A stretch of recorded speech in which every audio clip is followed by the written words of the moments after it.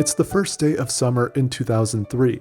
You wake up on a Saturday morning, quietly head downstairs, grab a bowl of your favorite cereal, and settle in front of the boxy old TV. The only decision left is which tiny disc from your treasured collection to pop into your GameCube. With the press of the power button, you hear that familiar, comforting chime, and the adventure begins.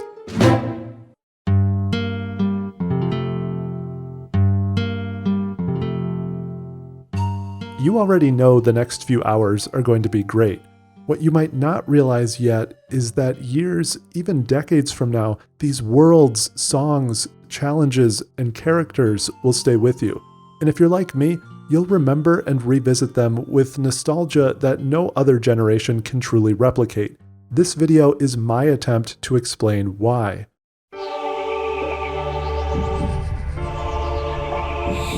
I want to take just a moment to thank so many of you for making the previous video a massive success.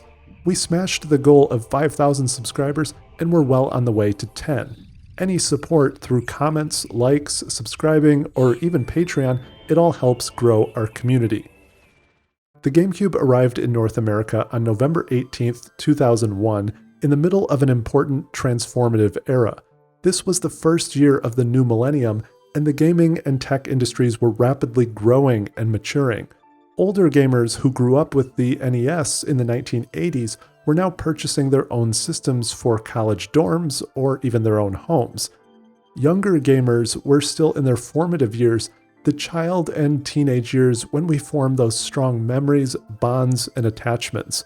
Millions of gamers grew up alongside the industry as it expanded from a somewhat niche market into the entertainment giant it remains today. These years created the perfect environment for nostalgia. The turn of the century also marked the evolution of widespread internet access and constant game coverage. Players could finally watch E3 and other conferences live. Nintendo fans could see Reggie walk out on stage to announce a new handheld or Zelda game to thunderous cheers. But before you leave, I'd like you to step inside one more world for Nintendo GameCube. We started to more strongly associate iconic faces and personalities with game systems, like the late Mr. Iwata, a hero to the industry whose presence is still missed today. Gamers began to anticipate the next big game trailers online. At the same time though, physical magazines like Nintendo Power still existed as a major source of excitement.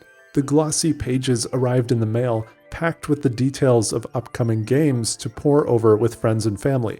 This was a transitional era, bridging the physical and digital worlds, and memories were shaped by both. These years were also a challenging and transitional time for Nintendo.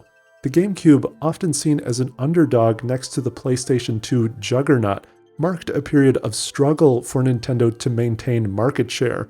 Owning a GameCube felt like being part of a secret club.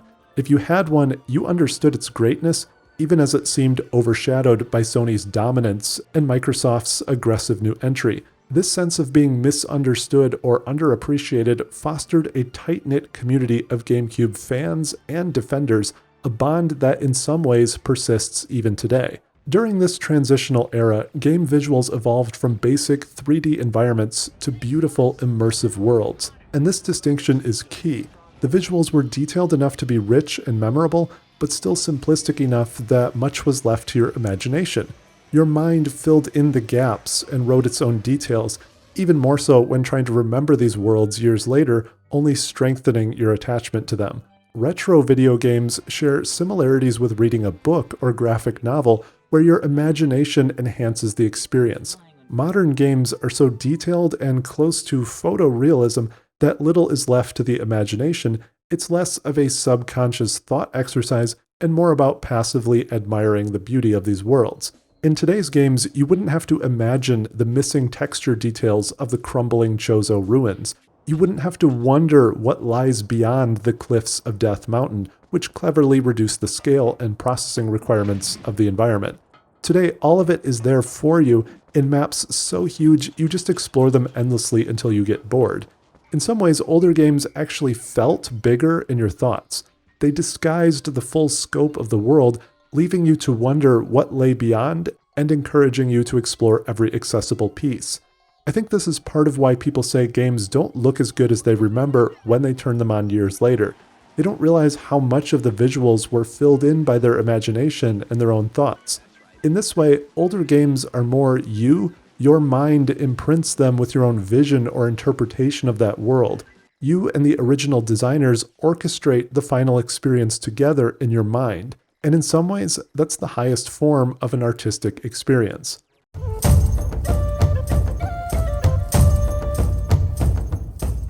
The GameCube originally arrived in two colors, an understated black for the electronics traditionalists and the now iconic indigo. The console itself is tiny by today's standards. The almost comically large handle attached to the back made it easy to carry around. The GameCube's unique and memorable design, almost cartoonish or toy-like compared to the sleeker, more serious-looking competitors like the PlayStation 2, instantly set it apart.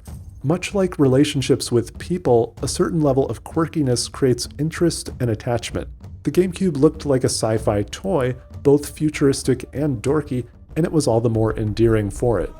The GameCube also infamously used mini-discs rather than full-size DVDs, which contributed to its compact size.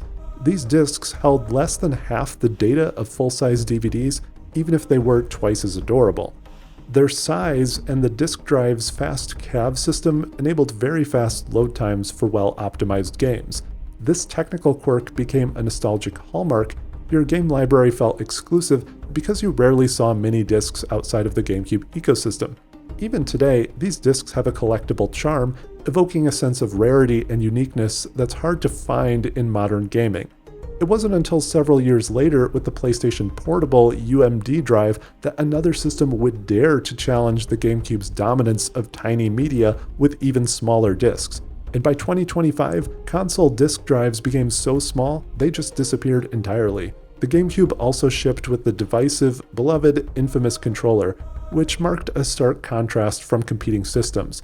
Its unique shape, octagonal joystick borders, small yellow C-stick, and pressure-sensitive shoulder buttons made it unlike anything else at the time, and anything since. The shoulder buttons enabled features that felt ahead of their time, like the gradual triggers used for spraying water in Mario Sunshine and nuanced drifting in F-Zero GX. Whether you loved it or hated it, the GameCube controller left a lasting impression, so much that it's been officially supported and manufactured across 5 generations of Nintendo consoles, making it one of the most enduring pieces of gaming hardware ever. Plugging in a GameCube controller today is like shaking hands with your childhood. I think the GameCube also has one of the most quirky and memorable startup animations of all time. People don't stop to think about this, but the logo is also a masterclass in layered iconography. The logo itself is shaped as a cube, but is also shaped like a flat G head-on, and then the end nub of the G is another cube, which creates sort of an optical illusion. The smaller cube both sits in the center of the large cube, but also helps form the outer cube. It's just wild the more you stare at it. People do not appreciate this enough. The GameCube also had a surprising number of unusual and memorable accessories. The system could not play DVDs, but it could play Game Boy Advance games directly through a huge adapter that you could attach to the bottom of the console. The system could not connect to the internet in 99% of games, but it could connect directly to a Game Boy Advance. These features resulted in some bizarre but memorable experiences, such as Four Swords Adventure, the Tingle Tuner in Wind Waker, or special unlocks such as the Fusion Suit in Metroid Prime, which sadly never returned for Prime Remastered. The GameCube was a weird system, and again, sometimes weirdness creates attachment. The chunky Wavebird offered the GameCube's answer to a wireless controller. Nintendo produced a limited run of component display cables, which improved picture quality but became so difficult to acquire that they now easily run for hundreds of dollars and spawned a shady underground of component cable ripoffs. There were different sizes of memory cards that famously used the odd and vague block system for storage rather than the standard kilobyte descriptors like we saw on competing systems such as the PS2. And my personal favorite, a pair of Congo drums designed for Donkey Kong Jungle Beat, where you control your character by beating on the drums. What can I say? This system was a hit. It's impossible to explore nostalgia without talking about the heart of the system, the games. The The GameCube stands as a perfect example of quality over quantity. This was the first generation where so many beloved franchises came to life in more detailed, immersive worlds, building on the basic 3D experiences of the N64. While the previous generation was all about figuring out how to build games in 3D space, the GameCube era was all about enhancing and polishing those experiences. In many ways, the GameCube was to the N64 what the Super Nintendo was to the original NES, polishing and perfecting an initially revolutionary system. GameCube visuals are fascinating even today. Playing almost any game on the system feels like stepping into both a retro and modern world at the same time. Nintendo made extremely bold, memorable decisions with their core franchises during this generation. Right from the start, Luigi was trapped in a haunted, bizarre mansion complete with boss battles against giant ghost babies. Wind Waker infamously abandoned the darkness we saw in Majora's Mask for a bright ocean and cartoon art style that slowly became loved by many. Mario Kart decided 2 racers are better than 1. Mario Sunshine ditched castles for the beach and dynamic water. Metroid somehow became a masterful first-person adventure game after spending years in only 2 dimensions. Fox McCloud initially abandoned his R-Wing for a staff and dinosaurs, and Kirby somehow became a racing game. These were all interesting departures for the franchises, and yet somehow they all just worked. These departures also ensured the GameCube library was highly diverse in ways that are sorely missed in today's industry. Every major game on the system feels completely different from the next, even just looking at the launch window titles. The aforementioned Luigi's Mansion was a memorable and unexpected turn for the Mario franchise. Pikmin brought Miyamoto's unique spin to real-time strategy. Rogue Leader delivered stunning visuals and cinematic flair. Wave Race Blue Storm introduced water physics and interactivity that were mind-blowing at the time. And just a month after launch, Super Smash Bros. Melee arrived, a fighting game so legendary it's still played competitively today, and many relationships are still healing from the rivalries. The GameCube maintained so many quirky and diverse experiences, ranging from polished, legendary exclusives to interesting experimental gems. These games steadily arrived one after the other throughout the console's life cycle, each more unique than the last. The limited size of the GameCube library meant that few games felt like clones of one another, making each one more memorable, something that is almost completely lost in modern gaming, where many games from major publishers feel like almost carbon copies of one another. So many of these games featured extremely memorable music, characters, and stories. You can pick almost any game on the system and just play a few notes of a theme or a few seconds of a scene, and you immediately feel something as the memories come rushing back. The melodies and characters of the Wind Waker. The storybook opening of Paper Mario: The Thousand-Year Door. The stirring immersion of Metroid Prime 1 and 2. The legendary intro of Smash Bros. Melee. The furious racing of F-Zero GX. And the soothing drum beats of Thorntail Hollow. The list goes on. Personally, when I reflect on modern Nintendo experiences, or even on the broader gaming industry, few systems have a library that evokes such strong impressions and memories from so many games, especially after all these years. On the GameCube, developers worked with still very limited resources and painstakingly manual processes, meaning they had to make every bit of audio and every level matter. But this was arguably the last time Nintendo was on the cutting edge of competitive console tech. These games were technical masterpieces for the time, another factor that left a strong and memorable impact.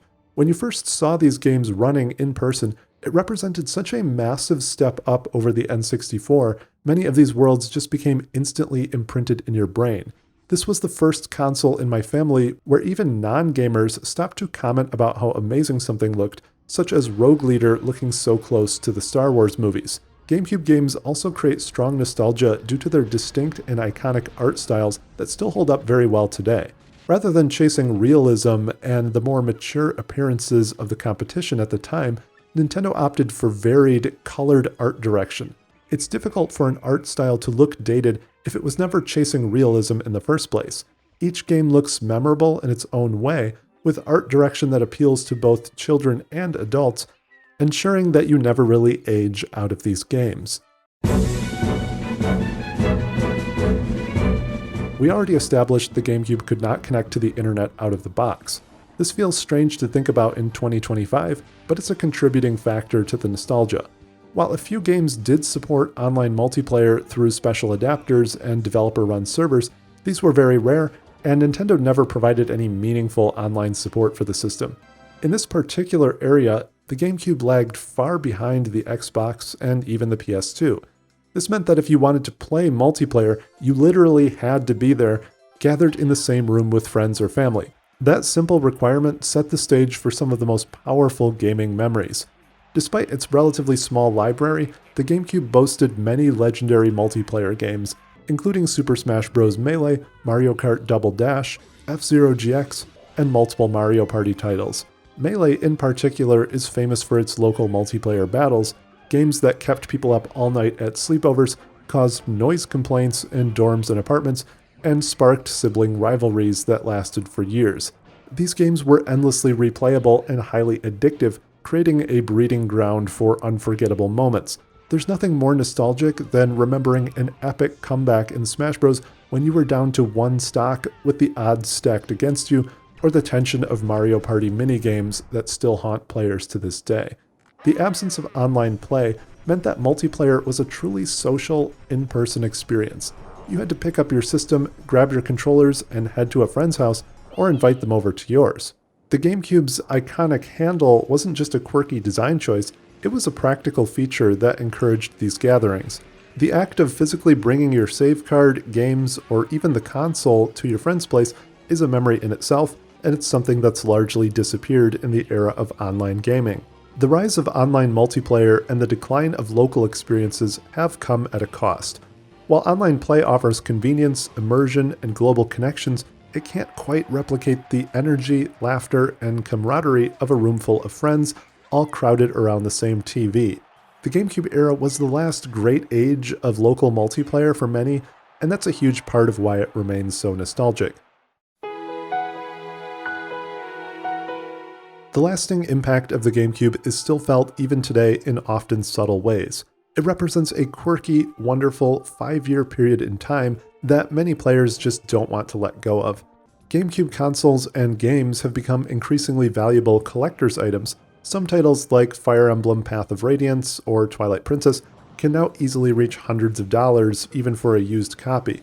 The system's relatively low sales numbers and the resulting low number of copies for certain games continue to drive prices upward, making these pieces of gaming history feel even more special. Super Smash Bros. Melee is still regarded by many as one of, if not the best entry in the series, with competitive tournaments still continuing to this day. Even if you're playing Smash Bros. Ultimate on the Switch 2, there's a good chance you'll see a GameCube controller show up out of nowhere, a testament to its enduring popularity and the lasting impact of the system. One of the most interesting recent trends is the remastering or porting of GameCube games to modern Nintendo systems. Both Nintendo and fans seem to recognize that GameCube games scale incredibly well with just a resolution bump and minor texture cleanup. Thanks to the GameCube's powerful hardware and vibrant art direction, its games have aged impressively well, often delivering smooth 60 FPS gameplay, 480p resolution, and fast load times. The GameCube Virtual Console on Switch 2's Nintendo Classics already includes several great-looking games that are little more than upscaled ports, proving how timeless these experiences really are.